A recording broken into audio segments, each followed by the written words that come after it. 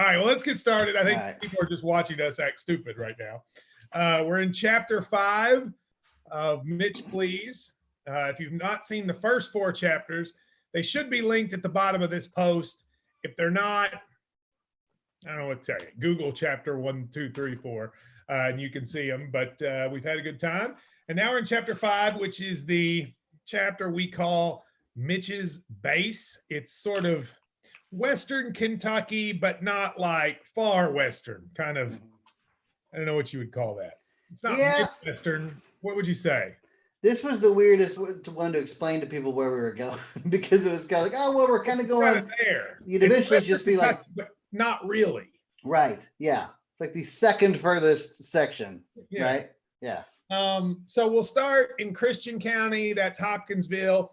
That is a place that I know very well because I've got, the turkey hunters from there, Johnny Bruce, Duncan Cavanaugh, Kerry Bruce, like some of my best. I mean, with the exception probably of Middlesboro, the place that's produced the most of my friends. And Chris, I guess we start by telling the story of the eclipse. Yeah. So I'll set it up, and then you can do the finish. He had that eclipse. We decided to do Hey Kentucky and tape the show during the eclipse. The theory being we would showcase to the world what an eclipse looks like. I'm not sure if that worked because when it was dark, it was just dark, which isn't good television, Chris, that you just can't see us. But how, tell me this, weren't you more impressed with that thing than you thought you would be? Because I was. I thought the eclipse was going to be a big bunch of hooey, to be honest. It was cool. I was like, eclipse, but it was very impressive. I agree. It really was like it became night time and then it became daylight. I mean, obviously, I just described an eclipse. You literally described what an eclipse is. It became night and then it became day again. But they were not prepared for the mass of people exiting. They were great at getting everybody there. Not so good. Here's the thing. I will give myself credit for this. I saw the problems with traffic when we went to that dude's farm. So we went on the farm that they said was literally the best place in the world. I don't know how they decide one guy's farm is the best place in the world to watch it, but they said it was this guy's. And we went there and I saw the traffic it took just to get into the farm. And I'm like, if it's this hard to get into this farm and there's a whole section of the state, this is a disaster. So I left like the moment the sun started coming back out. I was like, Chris, see ya. And I got in my car and I zoomed and I had a back road and it still took me, that drive from Hopkinsville is probably 3 hours. It still took me 5.5 hours to get home. Yeah, you drove off into the sunrise. Exactly right. How long did it take you to get from Hopkinsville to Northern Kentucky? It took me over 13 hours to get home. It was the worst automotive experience of my life. Still is to this day. I remember thinking, if I can just get to Louisville, I'm home free. Because there was a bottleneck at E-Town. I remember that. It was terrible. There was construction. That was where it was the worst. You had to go all the way through town, right? To get out. You had a bottleneck where you had a bottleneck to get onto the Western Kentucky Parkway. Yeah. Then you had a bottleneck to get from the Western Kentucky Parkway where it intersected with I-65. And then you had a bottleneck because there was a huge wreck. You had to go into E-Town and drive through the town. Right. Literally every person trying to leave the eclipse had to stop at the Frisch's Big Boy parking lot, like at the stoplight.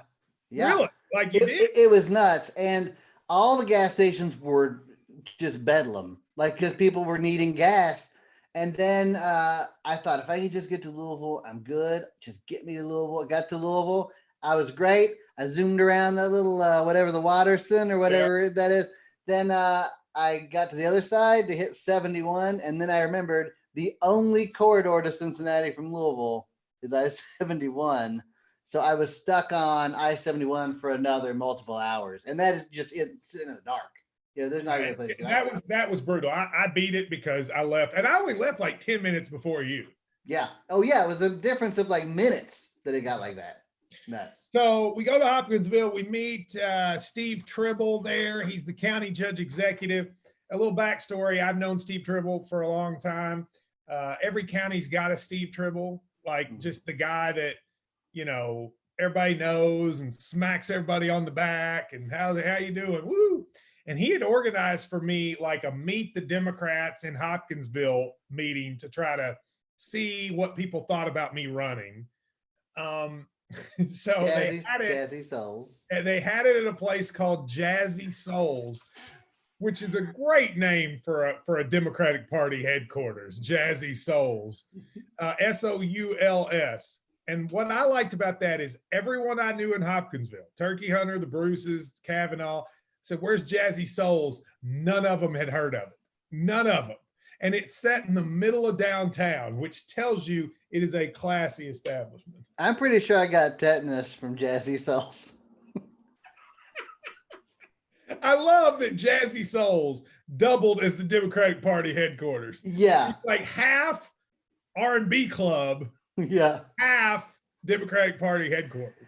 And when you say half R&B club, it was like they just stopped being an R&B club 2 hours ago. Like it was like there was still those old chandeliers that like Budweiser sponsors that they used to come in and hang over pool tables. Like there were those, there were booths. I also saw very little sign that is an active Democratic Party headquarters. There were no signs up. Like it just looked. Here's what I think happened. I think Steve Tribble had to find a place, and that was the only thing left. Is there's like, oh, they abandoned the Jazzy Souls in #86. Let's just go there and do it. And then we'll call it the Democratic Party headquarters. It didn't feel like we were gonna ride out the blitzkrieg there. It was hard for me to believe that the path to defeating Mitch McConnell started at the Jazzy Souls in Hopkinsville. Anyway, what we wanted to do with Steve was to showcase how like he is Mr. People's person and like talks to everybody and is happy, and how Mitch McConnell's like this sort of stick in the mud and is very uncomfortable with people. Because that was something we found throughout the trip, Chris, is everyone says that like Mitch McConnell is so awkward and uncomfortable and hard to talk to. And we were just contrasting him with Steve Tribble, who's like a big public servant that everybody likes. Well, you think of politicians and you think more of people like Steve Tribble than you do Mitch McConnell, because he's friendly, he's outgoing, he asks you questions about yourself, he wants to get to know you. And for all intents and purposes, like you said, we did not hear that story. I don't think we ever heard a story on our entire trip where somebody said, yeah, he asked me where my family was from, or he asked me what I like to do for fun, or asked me what I thought about the town. There's no proof he's not a robot. The first three sections in this are here, Davis County and Henderson County. And the whole point is sort of to try to digest Mitch McConnell, not as his policy or his beliefs, but just as a political being. Like, what is he like? Mm-hmm. And through all of these stories, I think we saw that it's just kind of weird. So like we went to Davis County, that's where my friend Clay Ford is, to talk about his grandfather, Wendell Ford, who was a senator that served with Mitch McConnell, to sort of contrast. Wendell Ford, kind of like Steve Tribble, knew everybody in the state, was one of these people who would drive into a county. He knew the restaurant that was good. He knew like what you could get at the local gas station. He was like kind of a person of the state. Whereas Mitch, he just doesn't seem like a human being in a lot of ways. And I'm not saying that there's nothing to do, just put his policy aside, just as a human being. There's this adage that I've said that if you go back to the dawn of television and you just ask yourself when you're trying to decide who's going to be president, who would most of America like to have a beer with? That person has won every presidential election. And I remember before the 2016 election saying, I think my thing's over now. Hillary's going to win, but everybody'd rather have a beer with Trump. And then Trump won. Mm-hmm. So I don't know if America would rather have a beer with Trump or Biden. I'm not sure. There's one exception to that rule, and it's the fact that no one thought they wanted to have a beer with Bob Dole, and then he lost and he became Johnny Fun Times, right? Yeah, but nobody knew that before. Exactly, right. So, but if my belief is correct, it does not apply to Mitch McConnell races, because nobody wants to have a beer with Mitch McConnell. Right. and yet he always wins. And so we sort of explored that in this section. And we don't even have proof that he's ever had a beer with anybody. I don't, but that we didn't even hear that story. We never hear I had a cocktail with Mitch. We never heard anything like that. Do you remember hearing any story about him doing anything social at all? Unless it was he attended a party I threw for him. Yeah, but that's still political. It's a political party. Like, did you ever hear someone say, I went to a game with him, or I went to a restaurant with him, or like he came to my brother's cookout? Like, I don't think I've ever heard that story from anyone. We did have one story that we could never confirm. And I'm still going to tell it. And it was the story of the guy in Louisville who went to the movies, and Mitch McConnell, the movies were full. So he sat down in the seat directly next to Mitch McConnell, and Mitch McConnell got mad because he didn't want anybody sitting in the seat next to him. Well, I can go with that. I'm with Mitch on that. I will walk out of a theater rather than sit next to a person I didn't come with. And that was pre-social distancing. If you think I'm going to sit next to anybody now, I hate sitting next to people in theaters. So I'm with Mitch on that. You're right, though. There were no, even from people who said they knew him or had, I mean, first of all, no one had any stories about him, period, really. Second of all, even people who did have stories about him, they weren't stories like that. They weren't stories like I went to his wedding or anything. Oh, wait, we did meet one person who went to his wedding, didn't we? His first wedding. His first wedding. Mm-hmm. You know, that woman interviewed me for the New Yorker article about him, and she said, what is he like as a person? And I said, honest to God, I have no idea. Like, and that's a sad thing to say when you've like written a 450-page book on a human being, that you're like, well, what's he like as a person? I don't know. I mean, like that's really sort of the summary of him. Now, that's the biggest by the way, that's the biggest underrated takeaway I think from this book, is that you're exactly right what you just said. We wrote a 400-something page book and still can't tell you what the dude's like as a human being. Yeah. All right. So we went to Henderson County. Dorsey Ridley met with former state senator, and we went to that like brewery in Henderson. Yeah. Henderson Beer Company. I was surprised how much like sort of hipster stuff was in Henderson. Like it was like juice bars and yoga clubs and like Orange Theories. And then, you know, you had Orange Theories. Orange Theories. And you had breweries. And it was like, I didn't realize Henderson had just become like hipsterville. I didn't really have any preconceived notions of Henderson, so I was surprised, I guess. I mean, you know where your boy Pat Adams. That's from Pat. That's where Pat's from. That's the only person I've ever known from Henderson. So I knew it for him, but talk about. I spent a lot of time there in college, and it wasn't the same as when I was there. But anyway, he tells this story about how how Mitch McConnell got this money for Henderson for a new Riverwalk.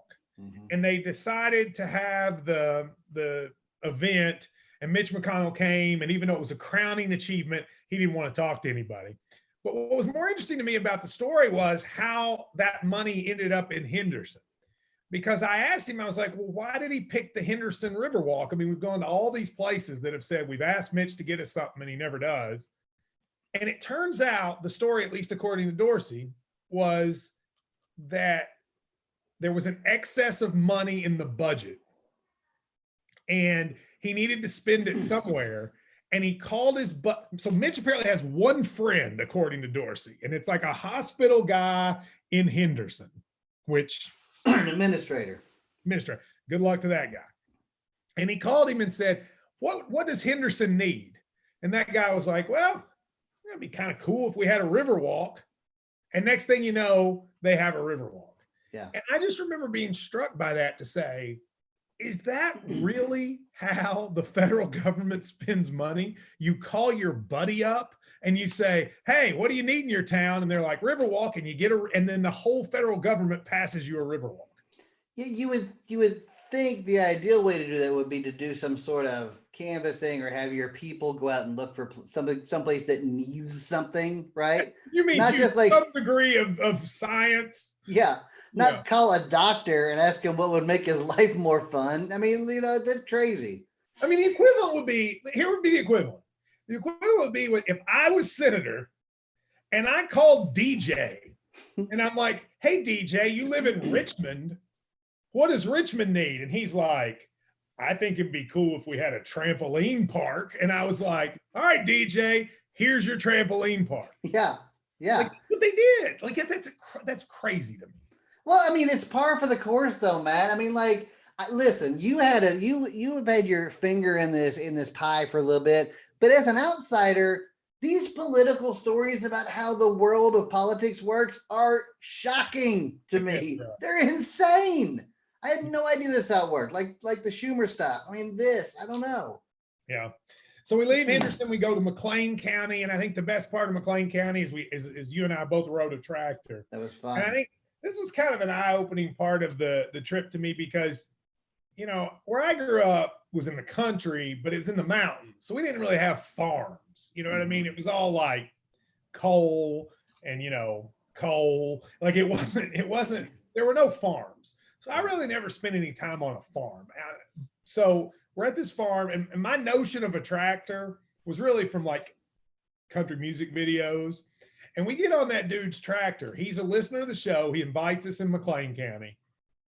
And that tractor was like, I felt like I was flying a bomber jet.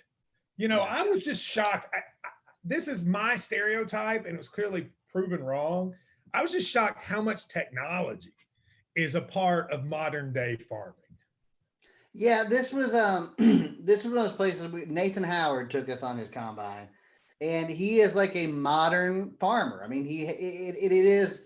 He's like Ramel Bradley. What's that? He's like Ramel Bradley, a modern farmer. But it is, you know, to hear him talk, it's a very interesting mix of the old way of doing things and this new technological way of doing things. And man, that combine was nice inside. It was air conditioned. I remember one of the things I remember most about McLean County is we spent a lot of mornings together. Let's just say that, right? Yeah. I remember how beautiful this morning was driving into McLean County. It was crisp. It was a little cool. It wasn't hot. The fields, I think we both mentioned that it felt like Kansas or something. Like it felt very, very plainsy. Great. I didn't put this in the book, but I believe I did this show at the McLean County Courthouse. Am I right about Calhoun, that's right. Yeah. And so, you know, I said I'd be there, and there were a handful of people that came, and a woman came and said, and she was originally from Michigan. She had moved to Kentucky she married some guy. And then I guess they split, but her job was still in Kentucky. So all of a sudden she's in Kentucky by herself. And she comes up to me after the show and is telling me how the radio show has made her love a place she had no connection to and feel like she is a Kentuckian. And it was really powerful. But here's the interesting part. I mean, that was very sweet. It was really powerful. But while she's telling me that, it's me and her, and the only other person in the room is the tracker. And he listens to that conversation. I wish I could have put this in the book, but he listens to that conversation. And when she leaves, he looks at me and is like, man, that's got to make you feel good. And I'm still at the point where I'm still a little skeptical. Like, what do you say? You got to be careful what you say to the guy. And I'm like, yeah, it really does, actually. And I'm trying to give some answer that if it ended up like on a video would be okay. Yeah. And I'm like, but to be honest with you, that's the best part of doing this show is this radio show allows people who are sort of, for whatever reason, dealing with things in their own lives to feel something like a community. Mm-hmm. And he, in hindsight, I could tell that whole interaction affected him. I didn't see it at the moment, really, because I was still a little skeptical about him. But I think down the line, when he started really becoming friendly with us and sort of opening up to us, I think it almost started in McLean County with that woman because he heard a conversation that I think really sort of had an impact on him. Yeah, I mean, I'm sure it did. And those people found us at every one of those remotes. You know, like you would say something right when you went on the air, and within 5 or 10 minutes, people would be there. And at that courthouse, they had to go through security and everything. They had to go through metal detectors and everything. The security at that thing, they confiscated my tennis ball. I had a Yeah. tennis ball in my backpack, and the guy was like, "You can't bring that in." And I'm like, "Well, what do you think I'm going to do? You think I'm going to like volley in the middle of the thing?" Whereas, they'd allow people with weapons to walk in, but good grief, if I bring a tennis ball in, well, that's going to be a problem. Yeah. But when are we going to choose to talk about the security in some of these places? Because there was some crazy security.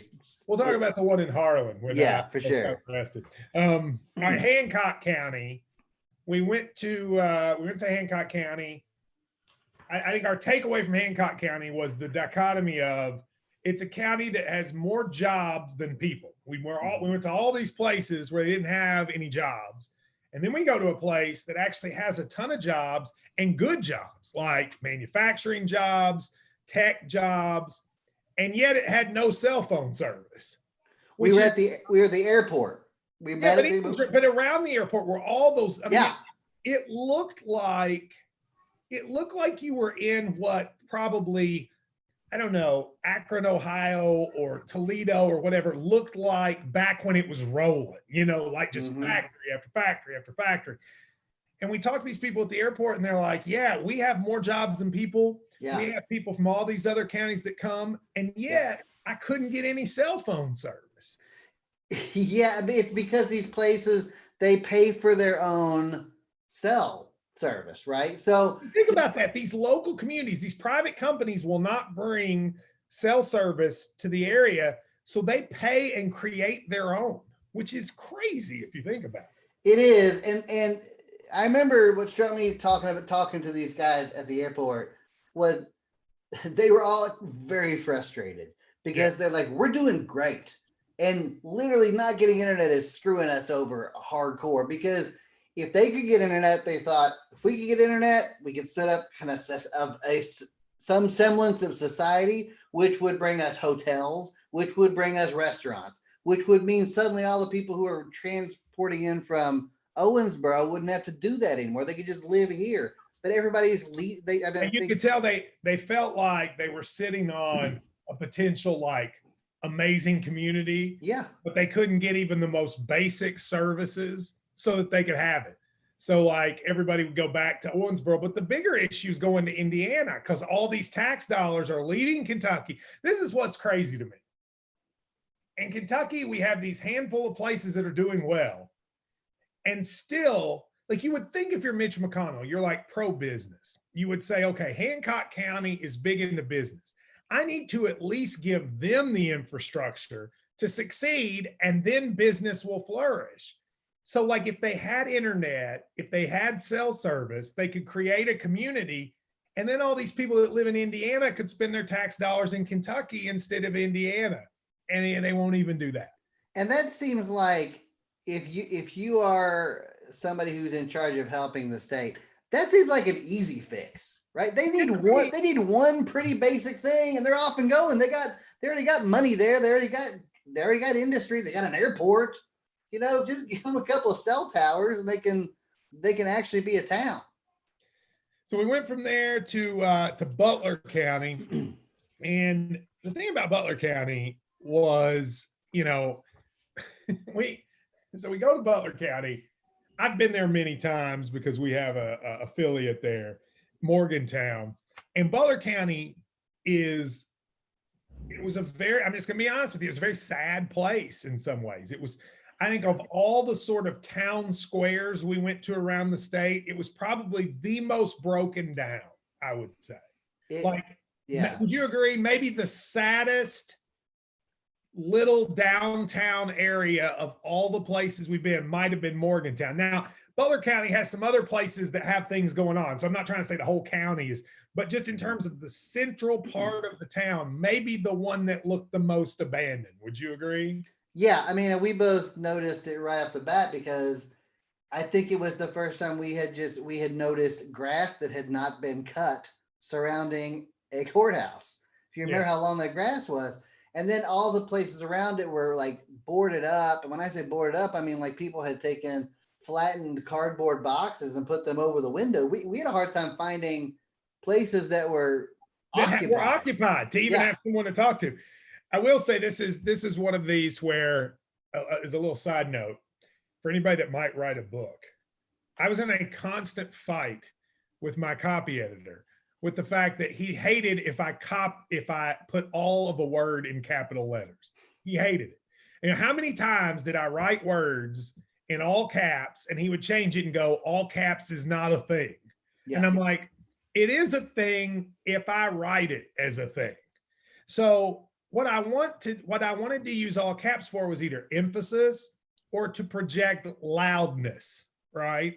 So at Butler County, there was a sign that said in all caps, "We love our grandparents," in all caps.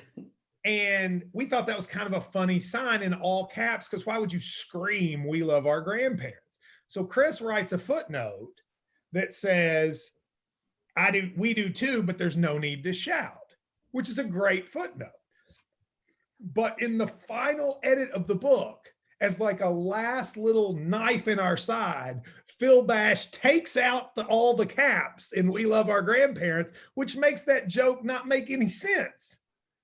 Yeah, first of all, it was emphasis. Second of all, that's exactly how the sign was written, right? So, I mean, like, I even fought with him in the notes. I was like, no, yeah, that's how the sign was. And he was like, okay, fine. And then when I turned it in, he changed it.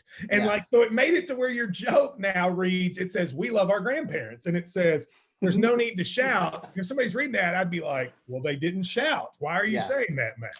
I'm with you. I am of the mindset grammatically that capital letters can be really fun to put into something if you use them the correct way, which is how we were using. We were using them in the KSR fashion. The KSR style book is KSR style book letter friendly. Yeah. Lots of typos. If Roush is writing, 1 or 2 grammar errors. And then we just capitalize whatever words feel like capitalized. Whatever you would shout if you were saying that sentence, you would do it. Yeah. All right. So we go to Muhlenberg County, and that's where we went to the lawyer's office, Britt Yance. I'd like to, before we get to the specifics of Black Lung, describe Britt Yance's office to people, Chris. It looked like a house. You go inside, and well, I think it was an old house. It was an old house. Yeah. You go inside, and in virtually every space there was for anything to be hung, there was something hung, and it was either an Abraham Lincoln or Bill Clinton piece of memorabilia. Correct? Yeah, I mean, yeah. I want to emphasize. You see this bookcase back here. You see how I've used every inch of space. Like nothing. Like behind these books are more books. And like here are books, and like it's, now imagine if your entire wall was like that and it was all pictures of only 2 people, Abraham Lincoln or Bill Clinton, and that's it. And like multiple rooms of Abraham Lincoln and Bill Clinton. I mean, I would say there's a lot of people, well, maybe not a lot of people. There are probably some people that have that affinity for Abraham Lincoln. But I don't think there is a human being on this planet that has covered more per capita space of his home or office with Bill Clinton material outside of William Jefferson himself than Brent Yance. Well, here's the other thing too. He shared that office with other people, and clearly it was like, look, I don't care what your thoughts are. I imagine there was a meeting at some time when they put the thing together. And he goes, "Let me just ask, what are your thoughts on Abraham Lincoln and Bill Clinton?" Walks in, he has one picture of Ronald Reagan, and he's like, "Can I put this somewhere?" And he's like, "No, there are no pictures unless it's Lincoln or Clinton." There were things over doorways, over doorways like that. There were signs and framed pictures. It was crazy. It was hilarious. Now he also had. Yeah, go ahead and talk about Black Lung. Yeah. Yeah. So this is where we sort of learned about Black Lung. And I grew up around Black Lung as something I've heard my entire life. And for people who don't know, it's where when you work in a coal mine, particles from the coal dust get in your lungs. Your body does not sort of extract them like it does other particles of dust or whatever. And so they stay in your lungs, and they're very toxic and can over time, basically kill you. And Brent is like, I don't think people realize, at least I didn't realize, how much coal is in that part of the state, in like especially Muhlenberg County. I mean, everybody knows that song by John Prine, but Muhlenberg County used to be a massive coal place. And Brent does most of the black lung in the area. And he described how hard it is for miners to get black lung and what the federal government puts them through before they will pay their benefits.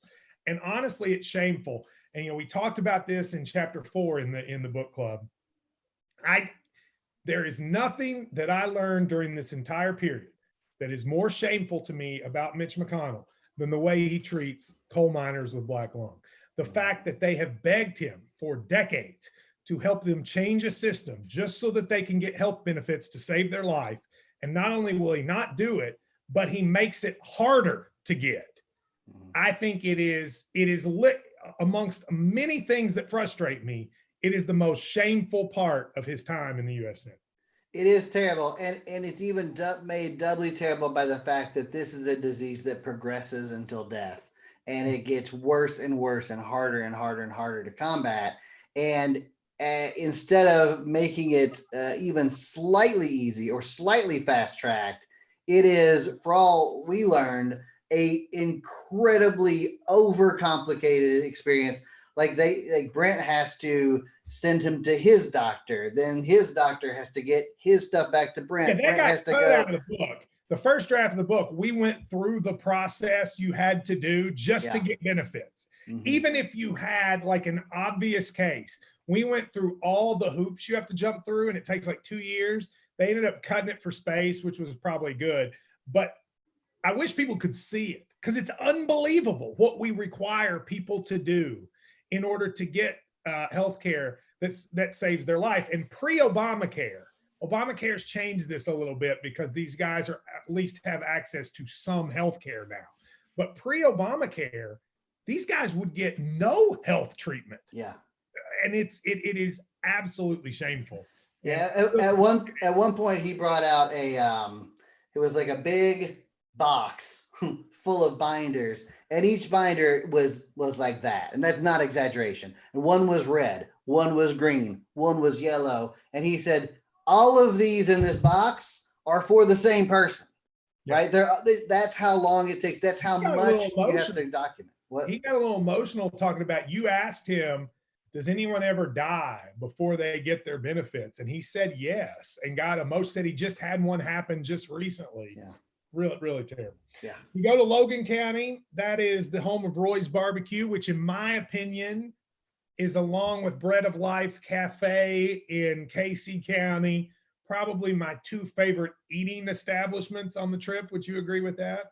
It was definitely the best barbecue, I think, that we had on the trip. It was great. And our boy Kaj Ramsey was there. Kaj was there from Russellville. That was also where they set me at a table, and right next to the table was a signed picture of Mitch McConnell, a young, dapper Mitch McConnell, which, what's funny is that picture was like Mitch when he was my age.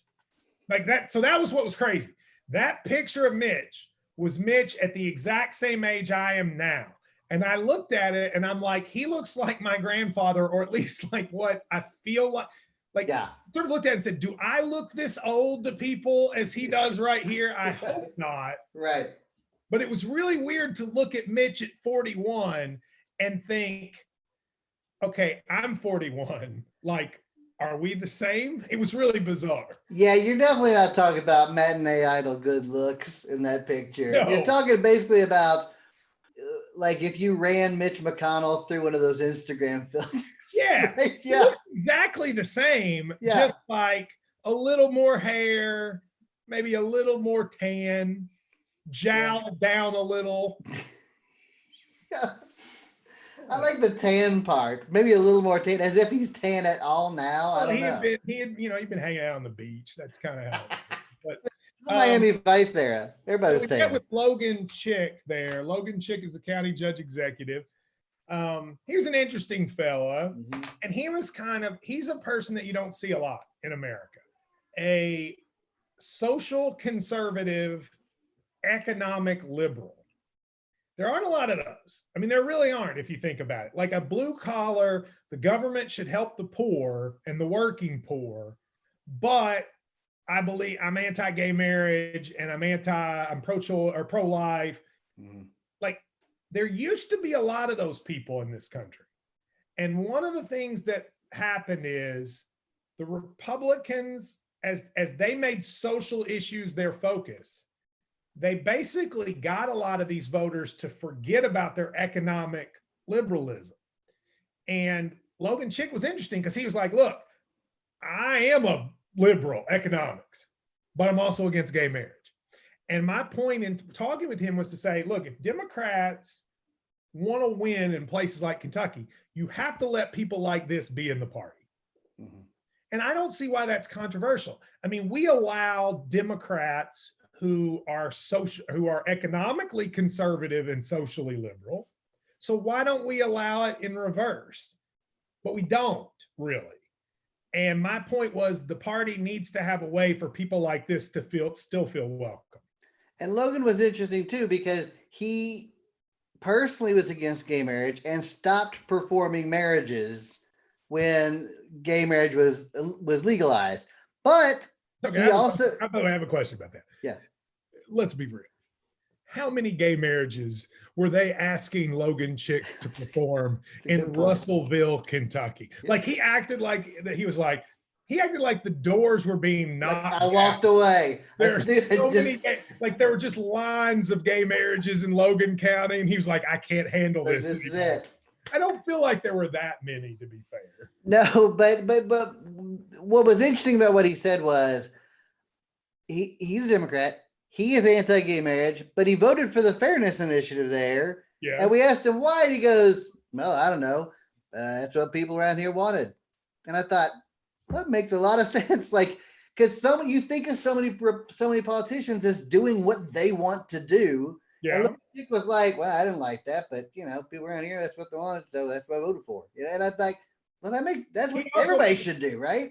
He also made a statement I've heard a lot, which was that since gay marriage has become legal, it really hasn't affected their lives very much. Like, I think a lot of socially conservative people thought when there's gay marriage, all of a sudden there's just going to be anarchy in the streets. Right. And how do gay people getting married really has an effect on your marriage? You know what I mean? Like, what does that do? And I think, and he even noted, like, I thought it would be different, and it's really not. We went to Hopkins County. We went to a skate park. I'm going to skip that one because we run a little behind. Let's go to Webster County. I need you, Chris, to talk about the smell of the chicken farms in Webster County. Yeah. So at some point, I remember we drove there from Henderson. Correct. We drove from Henderson to Webster. There a couple different times, yeah. Right, and it is very clear. All of a sudden, this smell creeps into the car, and it's just this. I mean, there's no better way to describe it, and it sounds really hyperbolic. It's the smell of death. Like it's just the smell of death creeping into the car, like just a corpsey kind of awful. Can I read you how I describe it in the book? Yes. I would describe the odor as a combination of decaying garbage, animal feces, burnt hair, and a hint of raw eggs thrown in for good reason. Yeah, the raw eggs. It's weird that there is a raw egg smell. I guess chickens.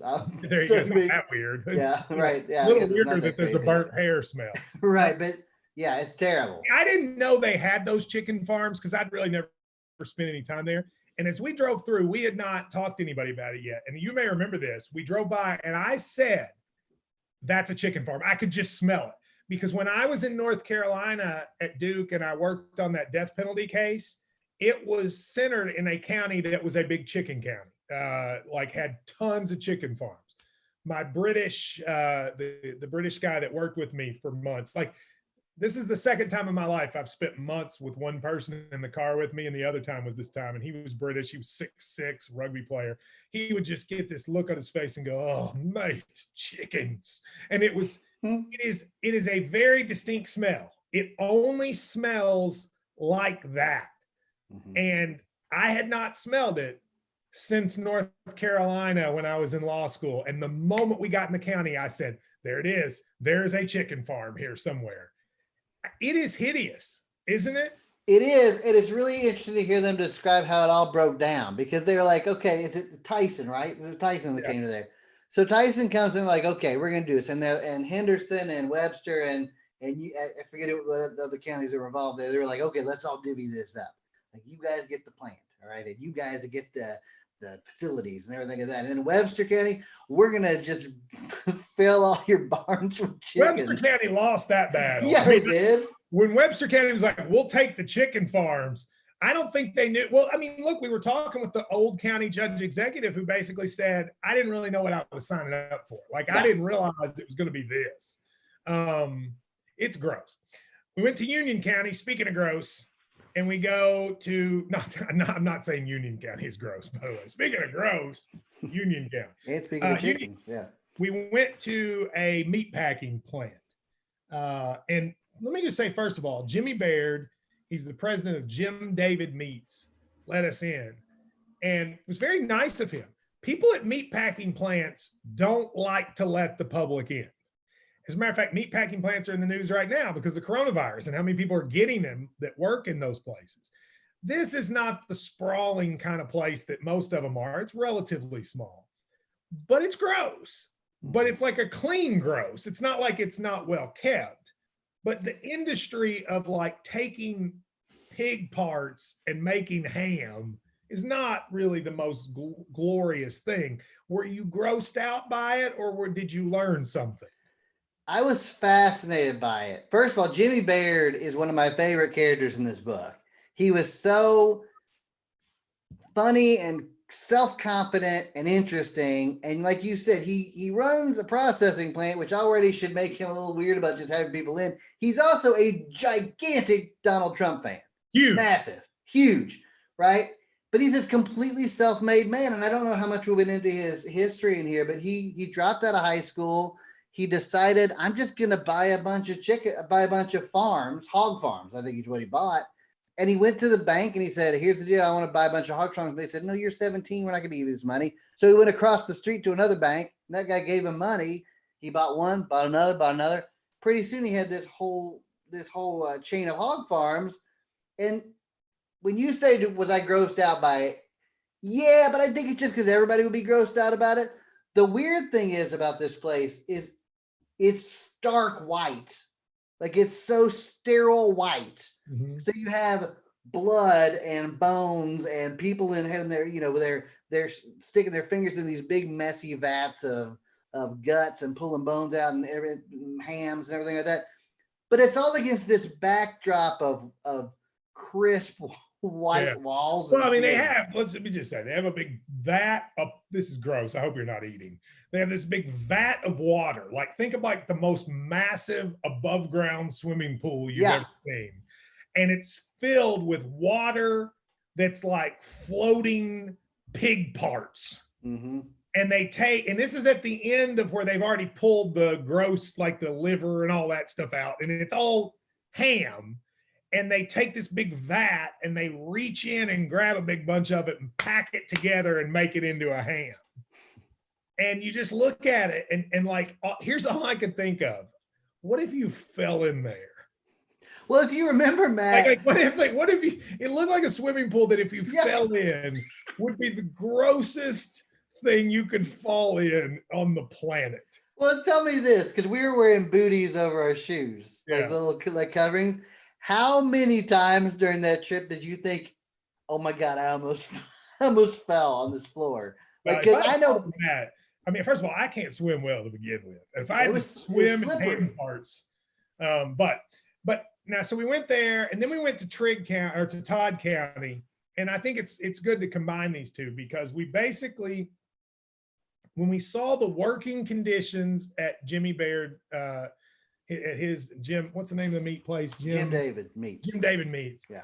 And then we went to a farm in Todd County that uses migrant labor. And basically we were spending some time sort of seeing how folks who are immigrants or illegal immigrants in some case, I don't think that these places didn't have illegal immigrants, but there are places like them that do, how they live in America. And I'll be honest with you, it was eye-opening to me. It really was. It was completely eye-opening to me. The fact that, the working, let me just say this. I think Jimmy treats his workers well and pays them well, but it ain't a great place just to feel like you're doing that every day. And then in Todd County, how hard those men work from Mexico that come up for 6 months, leave their families and farm, and it's hot, and they're farming all this stuff, and they live 30 men in one building. And we walked in that building, and they're bunk beds, and they're right next to each other, and there's one TV and one kitchen and 2 restrooms. You know, when I finished that experience of seeing how hard those men work in Union County, how hard they work in Todd County, the living conditions they live in, and these were people that treated them well. Yeah, which I was means gonna say there are a those lot are of people who are bosses- well taken care of. Yeah. There are a lot of bosses that don't treat them well. And then I hear, whether it be Trump or whoever else, scream about illegal immigrants and Mexicans and dirty. It infuriates me, because I wish people could go see these folks and see, like, if they're not living the American dream and doing what we want people to do, then Chris, who is? Yeah, and I mean, Shay told us, I mean, she said, you know, these guys Skype home to their families and to their wives and children and things like that. I mean, think about what these people are giving up to come here and do this. I mean, they are giving up their lives. They're here. I mean, if you're a parent, you have a child who's 4 or 5, the difference in 6 months between your child at that time, when you leave and when you come back, is like you're looking at a different child developmentally. They're taller, they're reading. I mean, like, it's nuts. They're giving up so much of their lives to do what they're doing. And it's stuff that people here don't want to do. So I don't get the vitriol, you know. I think that's a key point. You know, I don't care what your position is on illegal immigration. I really don't. Like, whatever you think, you think. But here is a fact. If we did not have illegal immigration, our food would cost twice as much. It just would. That's why, for all the crap Trump says, you know why we haven't built a wall? You know why we haven't stopped illegal immigration totally? It's because people don't want them to. Like, Trump uses it to win elections, but business knows you have to have these people. Our folks, Americans, won't do that work. They just won't. And ask Jimmy Baird. Jimmy Baird's the biggest Trump supporter in the world. I asked him, can you get people around here to do this work? He was like, nope, Hispanics are the only ones that'll do it. Yeah. And these folks are coming to a country. I mean, we were at that house in Todd County. They didn't have anybody that could speak English. We wanted to talk to people. Not one person spoke English. 30 guys. We missed our window. There was one guy who could, and he had left. 30 dudes. None of them speak English. And if I take nothing else from this trip, the humility of seeing what those men work through, I wish that on everybody. The next time you see, and again, I'm saying Trump, but other politicians do this too. You see Trump or those people get up and start railing on Mexicans. I wish every human being had to go see that. Yeah. And you hear Shay talk about them, and she's like, she doesn't say these guys hate it here. These guys complain about this work. She's like, these are wonderful human beings. And I'm telling you, we stood out there and it was hot. I wouldn't want to stay out there all day long. Would you? Well, I mean, I wouldn't have lasted 10 minutes in your job. But anyway, that was very good. Now, the final thing is I went and met Chuck Schumer. So probably the best way to do this, Chris, to talk about the Chuck Schumer part is for me just to talk about it and you ask questions if you want along the way. Would that be? So I think when we left last time, I said that I got the email from Schumer's office saying, hey, you want to come up here and meet with Chuck Schumer? And I said, you know, sure. So I get there. When I land, I meet with my 3 or 4 advisors, Chris's favorite advisor that I had, and a couple other folks. We have lunch and they discuss the game plan. And they're like, now, Matt, Schumer's probably going to yell at you. And I'm like, yell at me? He's like, yeah. Schumer yells. Why would they think that? Okay. Well, they said Schumer yells at people. When he wants people not to run, he screams at them. And I was like, screams at them? Like, I'm not gonna let him just scream at me. Yeah. And they're like, well, you need to be ready. He's probably gonna scream at you. And I was like, okay. Did you have a game, by the way, did you have a game plan of what you're gonna do if he started screaming at you? Like, were you like, I guess I'm just gonna sit there and let Chuck Schumer scream at me. Or are we gonna be like, I'm a Yeah, grown ass man and scream back at him? yeah, you know me a long time. You think I'm gonna sit there and let him scream at me? I mean, I'm either gonna leave or scream back. His glasses down here in his nose. I sort of didn't think he was gonna do that because that just seemed weird. But I honestly didn't know what it was gonna be. They thought he'd talk to me for 5 or 10 minutes, kind of give me a hard time, and then leave so that he could say he met with me. Right? They thought he was just doing this to check a box so he could go to the donors and say, look, I talked to him. Right. So they wanted to walk me. The way it works, you can't meet with Schumer in the Capitol. You have to meet with him somewhere else. So I walk to that building. They want to walk with me. I say no. And Chris, I mean, you've known me a long time. There was a moment while I was waiting to go inside. It was like 10 or 15 minutes before the thing. And I'm looking around, and where I'm standing, the Capitol is right in front of me. Like, beautiful. Right over here is the Senate office building. Right over here is the House office building. I'm standing there. It's a beautiful day. And like Chris, I like start to cry because it's like it all was real to me for the first time. Like this whole sort of dream that I'd had, like I might run against Mitch McConnell, is now here. Like there's no, like I'm about to meet with Chuck Schumer about this possibility. And I got really emotional because I started thinking about where I grew up and like, you know, how much like watching the political conventions with my mom. Yeah. And it was like, wow, this is. Well, it's like sitting on the space shuttle, getting ready to take off, right? I mean, it's like I've thought about this my whole life. In a minute, in a little bit, I might be on the moon. You know what I mean? Like it's this could be it, you know? And I don't know what's going to be inside, but I know whatever's inside is going to be something significant, right? So I actually. But the way you describe this place, by the way, it sounds like some sort of safe house. Like it sounds like it is that scene in Goodfellas where they bring Joe Pesci in to get made because they don't want to do it any place where they might get caught, right? So that's exactly what it is, because the rules are you can't ask for political donations on Capitol Hill. Right. So all the I don't believe that they all follow that rule, but they're supposed to. So the Democrats and Republicans both have these houses that are basically exist to have conference rooms and to just have call centers. So there are these rooms, Chris, where it's like there are 20 rooms, each with one phone in it that you can just sit and make calls asking for money, right? So I walk in, Schumer and it's me, Schumer, and one other guy who's a guy who runs the Democratic Senate Congressional Committee. He's in charge of recruiting people to run for the Senate. But he's a young guy. He's younger than I am, right? He's probably 30, right? We walk in this room, and Chris, it is completely bare. Nothing in it.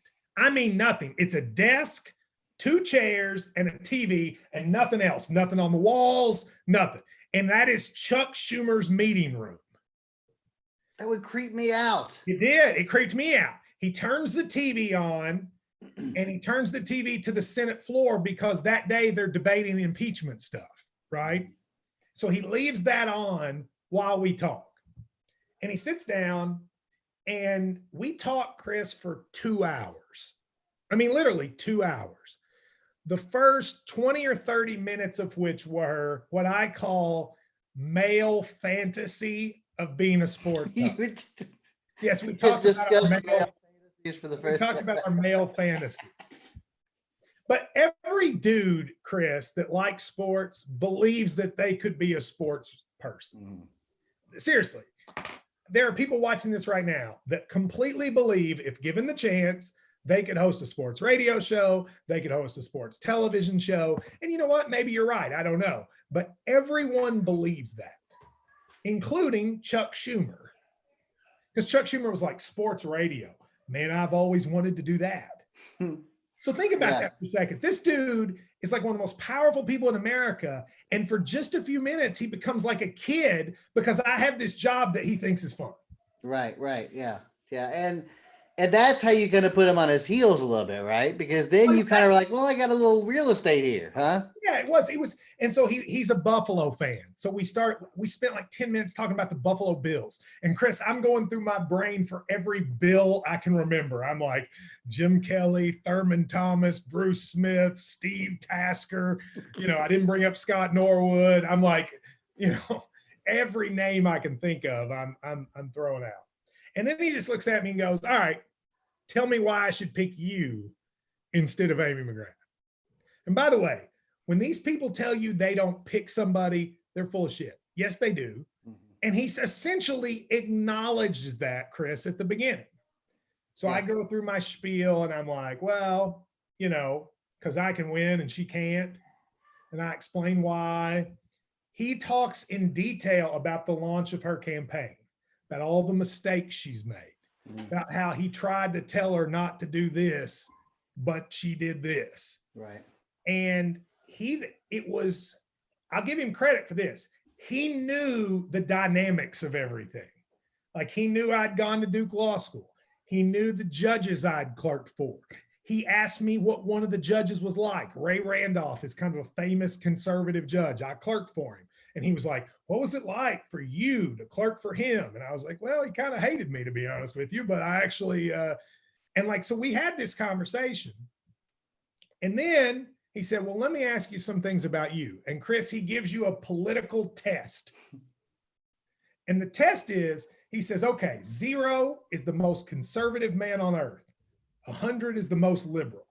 I'm going to give you a name and you tell me where you'd put him on the chart. And he just starts listing names. The thing is, I knew that was coming, right? But you don't want to say what he doesn't agree with. You know what I mean? It's like it's like writing a paper and telling the professor what they want to hear, right? Yeah. So he's like Ted Cruz, and I said whatever I said about him, and Fat Dracula. Yeah, he was like AOC, Hillary, Barack Obama, George Bush, Donald Trump, blah blah blah blah blah. Then he goes, "Where would you put yourself?" And I'd already figured. I was like, 60, 65. And then he said, where would you put me? And I'd heard that even though he's really liberal, he likes to think of himself as kind of moderate. Yeah. And I was like, probably 60. And he lit up. He did. He lit up and he was like, yes. No one thinks that, but you're right. And he just all of a sudden, Chris, it was like I'd passed the test at that moment. Yeah. Do you think Amy McGrath had to answer these questions? Yes, I do. I think he does. From what I've understood, he does it for everybody. And the only thing that makes me, one of the things that makes me sad about not getting to do this book publicity is I've never read the story about this. And I think if the national political people would read the book and see that, I think it would be a big story. I think it's just gotten under the radar. I agree. I don't think anyone's written about what a Chuck Schumer interview is like. I can't tell you who it is, but there's a former senator who is has become a friend of mine, not from Kentucky, who wrote me after they read the book and said, I can't believe you said all that, but you're dead on. He does that with everybody. Yeah. And that's, I'm with you. I wish that's where we wish the national audiences could have gotten Politico book, right? Politico was going to run that section of the book. That was part of the rollout, is they were going to run that chapter. And it was going to be I was going to have an interview on NPR on Morning Edition, and that was going to come out the morning of the interview. And of course, that all went away. Yeah. That's the kind of thing that when you would tell me these stories, I heard these stories riding in the car, before they were in this book, obviously. And I mean, when you would tell me these stories, I was dumbfounded because it just, again, I said this, I think this last week or the week before, or maybe both, some of the stuff, the way this is handled is so interesting to me because it is just like Chuck Schumer's in a room full of monitors watching people and play, it's like he's some sort of mastermind who's putting people where he wants them to be. And it's like, when you look at it, they're like, how much power does this dude have? Yeah, Right. well, that's exactly what it is. So at the end of it, he said, "What do you want?" And I said, "Okay, I'll tell you exactly what I want. I want you to stop keeping me from being able to hire people." Because what was happening is I was trying to hire some staff to help me figure out whether I should run. Basically, what I wanted to do, Chris, is I wanted to do a huge poll and poll the state and see two things. Could I beat Amy? And who did better against Mitch, me or her? Because if my argument is you need to pick me because I can win, if that's not true, then I don't have a very good argument, right? Because I'm, so, and we had done a poll, but it was wasn't very thorough. And it said that I would do better than her and that I could beat her, but like it wasn't very thorough, and we needed to do a real one. Chris, I couldn't find anybody to do a poll for me. There are 9 Democratic pollsters in America, and all of them said no because they were worried that Chuck Schumer would be mad. And if he worked for me, Schumer would not let them work for anybody else he picked. So I look at Chuck Schumer and say, Senator, what I'd like you to do is stop me from hiring, stop, let's see, how do I say it? Quit stopping me from hiring people. And he looked at me and said, I'm not doing that. And I went, no offense, you're lying to me. And the dude from the Senate office made a noise like, you did not just say to Chuck Schumer. Oh, no, he didn't. That's what he was like. Yeah. And I said, look, I'm not here to argue with you. I just know I can't hire anybody. And every time they tell me why they won't work for me, they say it's because of you. So you're either keeping me, or with one phone call, you could get it to where I could get people to hire. And he then sat there and he smiled like, you got me. And he said, okay, if somebody wants to work for you, have them call the office and I'll tell them it's fine. But even that sentence, Chris, shows you that he was doing it. You know, like they shouldn't have to call the office. Yeah, I will give you my blessing, but only if they call and kiss the ring, essentially, right? We finished the meeting with him saying to me, I'm not going to endorse you. And I actually said to him, good, I don't want you to endorse me. Your endorsement would hurt.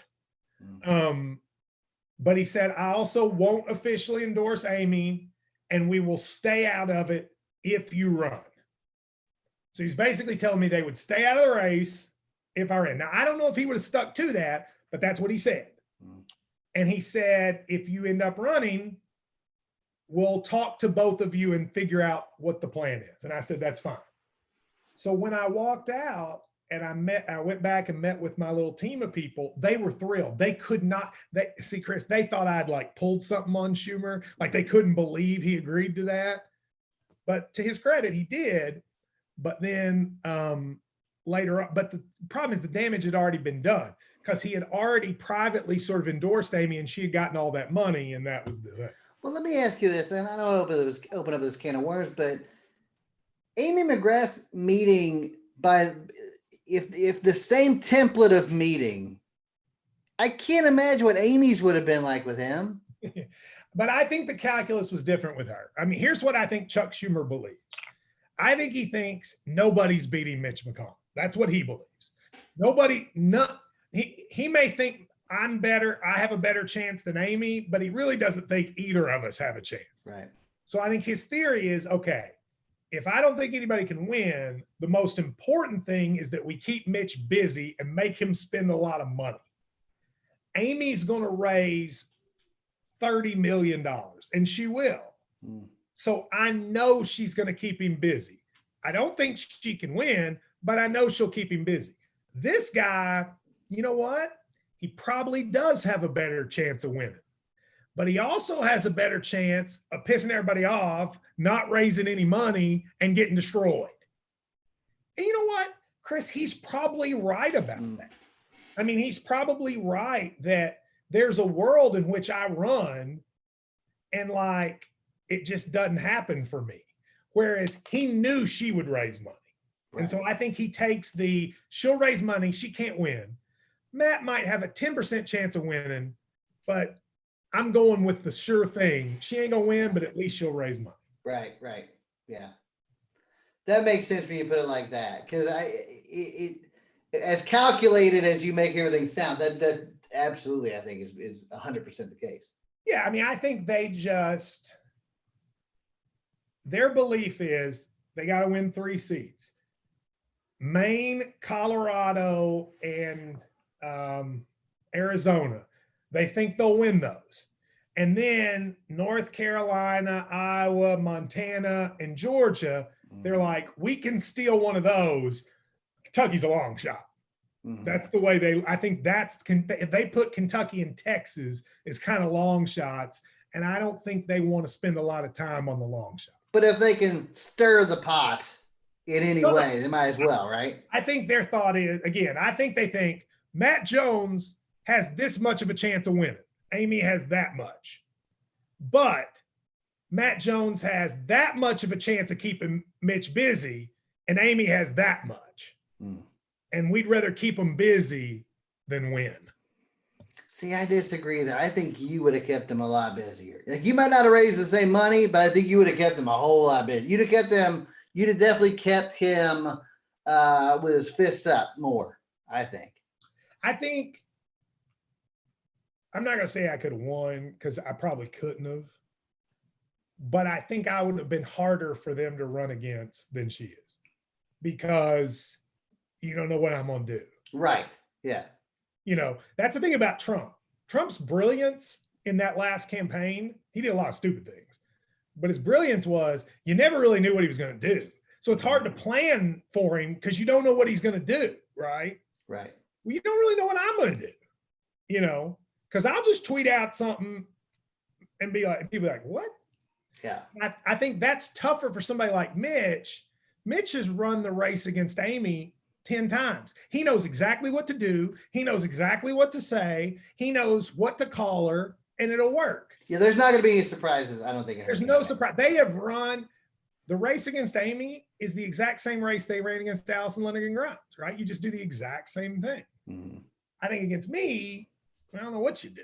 He'd have had to come up with a whole new playbook to run against you, because you've got radio. You probably wouldn't have had radio, I guess, but you still have a voice. Yeah, I wouldn't have had any of my jobs, but I would have had a large social media presence.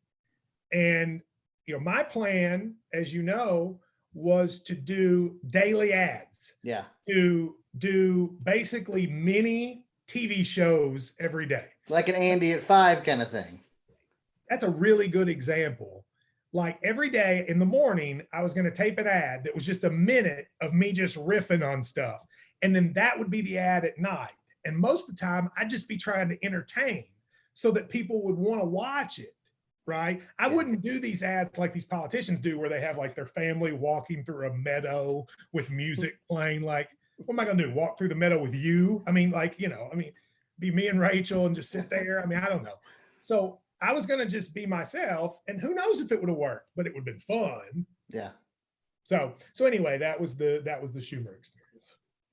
Yeah. That story, all the Washington stuff in this book, continuously has me in awe, because I did not know any of this stuff. I mean, I did until you told me this stuff, when you first told me.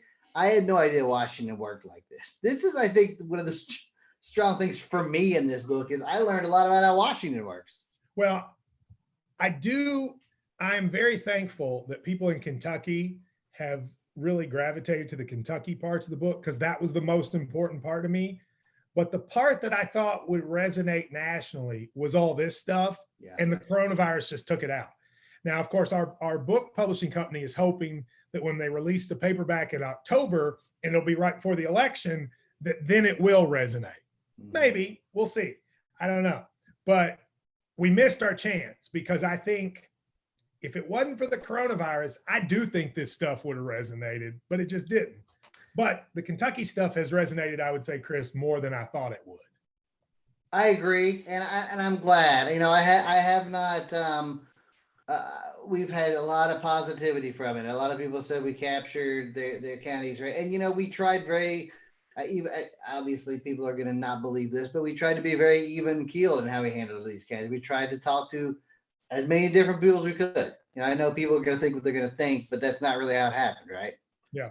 Well, we still got 5 more chapters to go. So Yeah. we will do we'll do Thursday night, which is our trip to my part of the state, and that's a real kind of personal part for me. I talk a lot about some of the stuff that was happening behind the scenes, and I think folks will like it. We're going to bring Ryan on for that one.